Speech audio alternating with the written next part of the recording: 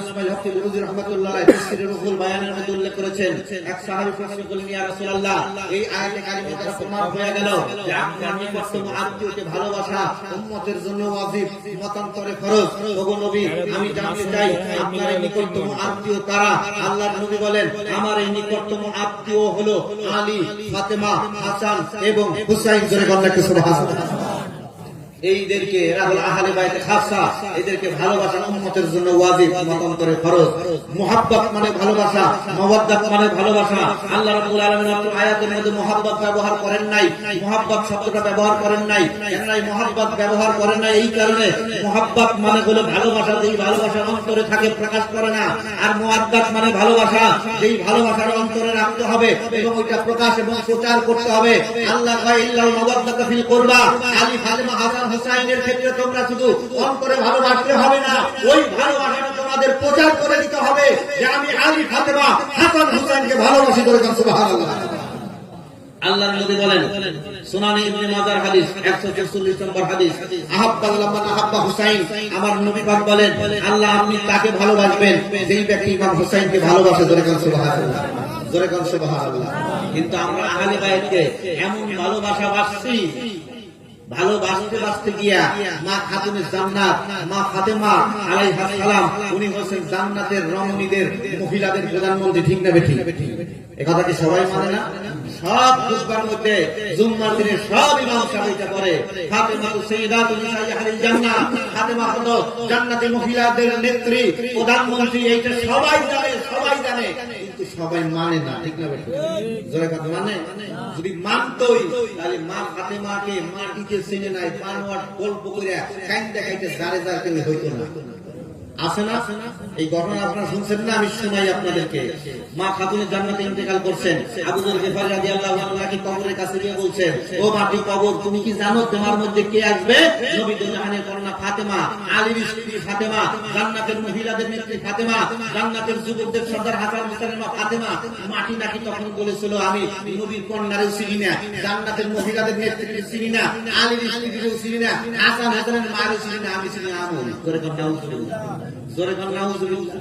এই ঘটনা কোন হাদিসের মধ্যে নাই, মিথ্যা বানোয়াট একটা ঘটনা বলে বলে বাংলার জমিনে কিছু পীর সাহেবরাও কান্দে, মুরিদ সাহেবও কান্দে, মুয়াজ্জিন সাহেবও কান্দে, ইমাম সাহেব কান্দে, মুক্তাদিও কান্দে। আমি তো এই কান্দাই মাপ না, এটা তো জাহান্নামে যাওয়ার কান্দা। ঠিক না ভাই? জোরে কোন ঠিক না ভাই? ঠিক। খবরদার, খবরদার শুনেন।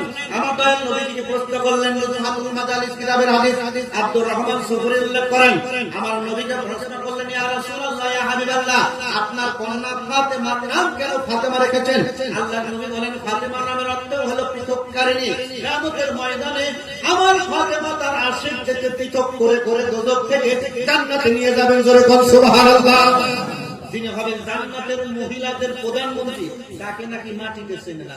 আচ্ছা কত, এই বরিশাল এই যে বরগুনা আসার আগে নদী পড়ছে না, এই নদী থেকে একসময় ফেরি ছিল না? এই কথা বল না, ফেরি ছিল না? ধরেন এখন ফেরি আছে, তার প্রধানমন্ত্রী বরগুনায় আসবে, ওই ঘাটে নেতা কর্মী যারা আছে তারা কিন্তু আজকে তেল দিয়ে ঘুমাবে না, ওখানে ইস্তেকবাল ওয়েলকাম জানানোর জন্য হাজির হবে। হ্যাঁ, তাহলে বরিশাল ঢোকার আগে প্রথম একটা ঘাটি আসে, আছে না নাই? জোরে বলেন, আসে না নাই? জান্নাতে যাওয়ার প্রথম ঘাটি হলো কবর। ঠিক না বেঠিক? জান্নাতে যাওয়ার প্রথম ঘাটি কি? কবর। তাহলে ওই প্রথম ঘাটিতে আজকে জান্নাতের প্রধানমন্ত্রী, মহিলাদের প্রধানমন্ত্রী যাইতেছে, কবর হলে জান্নাতের প্রথম ঘাটি। ওই ঘাটিতে সম্মান পাবে না, এটা বেকুবে বিশ্বাস করবে না। ঠিক না বেঠিক? অথচ বানোয়াট একটা মিথ্যা কাহিনী আহলে বাইতের নামে প্রচার করে যাচ্ছে, আমরাও ওটাকে বিশ্বাস করে কাঁদতেছি। জোরে বলেন একটু নাউজুবিল্লাহ। আমার নবী বলেন, আবু হুরায়রা থেকে বর্ণিত, আল্লাহর নবী বলেন, আল্লাহ ফাতেমা মুহিব্বিহা নিন্নার, আমার ফাতেমা এবং ফাতেমাকে যারা মহব্বত করবে তারা দোজখ থেকে মুক্ত। জয় করুন সুবহানাল্লাহ। নজুহাতুল মাজালিস কিতাবের মধ্যে উল্লেখ রয়েছে, আমার নবী বলেন, ফাতেমার যেদিন বিবাহ হবে, দুনিয়াতে কোন মানুষের বিবাহ হয়, কিন্তু ফাতেমার বিবাহ হয়েছে আগে আসমানে, এরপরে হয়েছে জমিনে।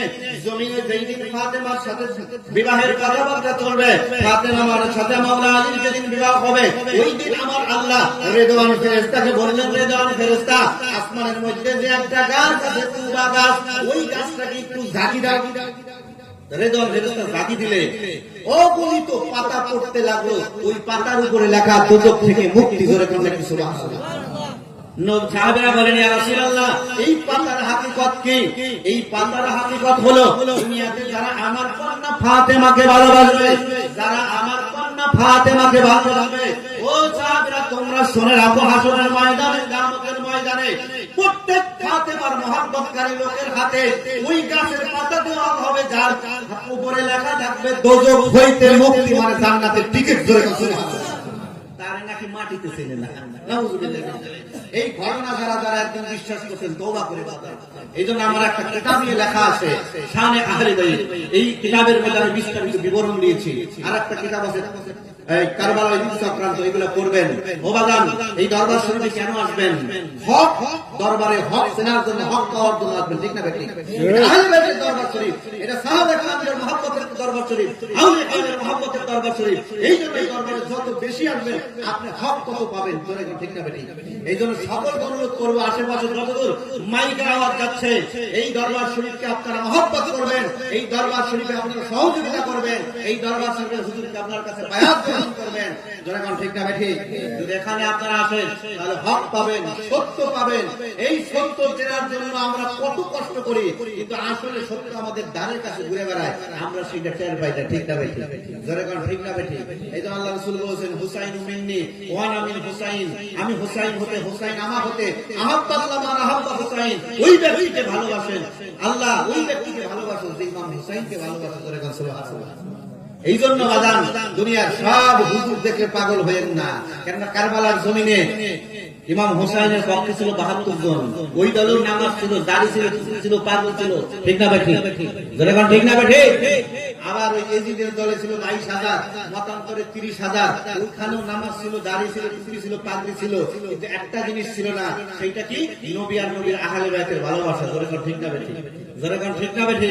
এই জন্য ওই হুজুরকে ভক্তি করবেন যে হুজুরের মধ্যে নবীর ভালোবাসা আছে, নবীর আহলে বাইতের ভালোবাসা আছে, সাহাবায়ে কেরামদের ভালোবাসা আছে, আউলিয়া কেরামদের ভালোবাসা আছে। যখন ঠিক না বেঠি? আজকে তো আমরা হুজুরে পাগল হইয়া হকবাজির মধ্যে আছি, হকবাজির মধ্যে আছি। ওই একবারে হকারে রাস্তা দিয়ে বেচতেছে, ঘোষণা করতে করতে যায় ১০০ টাকার জিনিস নেন, সারা জীবন বসে খান, ১০০ টাকার জিনিস নেন, সারা জীবন বসে বসে। সলিমুদ্দিন উড়ে বেরিয়েছে, হাই হাই, এই লোভনীয় ফল ১০০ টাকার জিনিস নিয়ে সারা জীবন বসে খাওয়া লাগবে, এত আরাম, আর কিছু করা লাগবে না, ১০০ টাকার জিনিস নিয়ে সারা জীবন বসে খান। সলিমুদ্দিন আইছে, ভাই ১০০ টাকা নেন, আমাকে তাড়াতাড়ি দেন, সারা জীবন বসে খেতে চাই। ১০০ টাকা নিয়ে হকার একটা পার্টি ধরাই দিছে। পার্টি দিলেন কেন? পার্টি তো সারা জীবনের পর বসে ভাত খাইয়েন।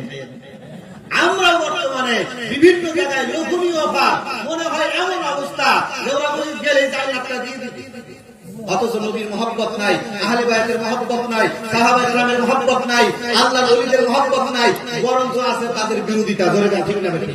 এত বছর গিরিগিরি করলো, অথচ মহানব কি জিনিস, ইমাম হুসাইন কি জিনিস কোনদিন আলোচনা করে নাই।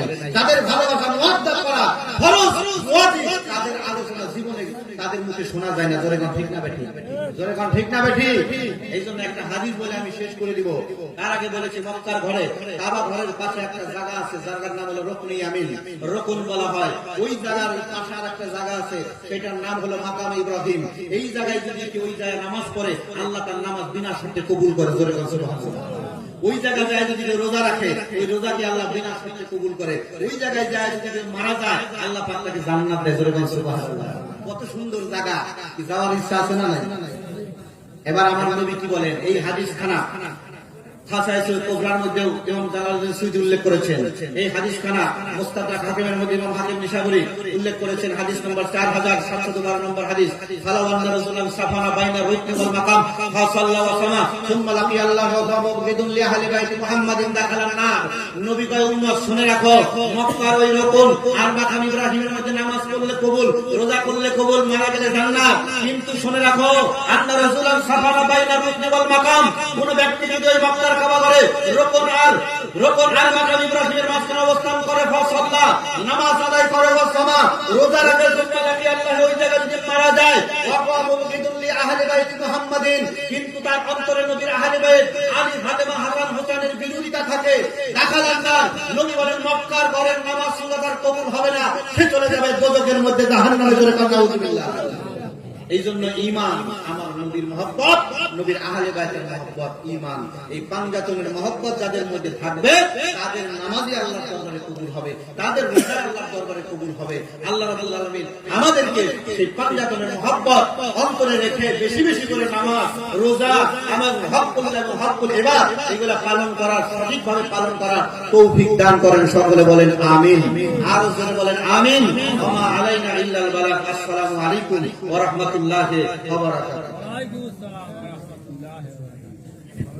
আলহামদুলিল্লাহ।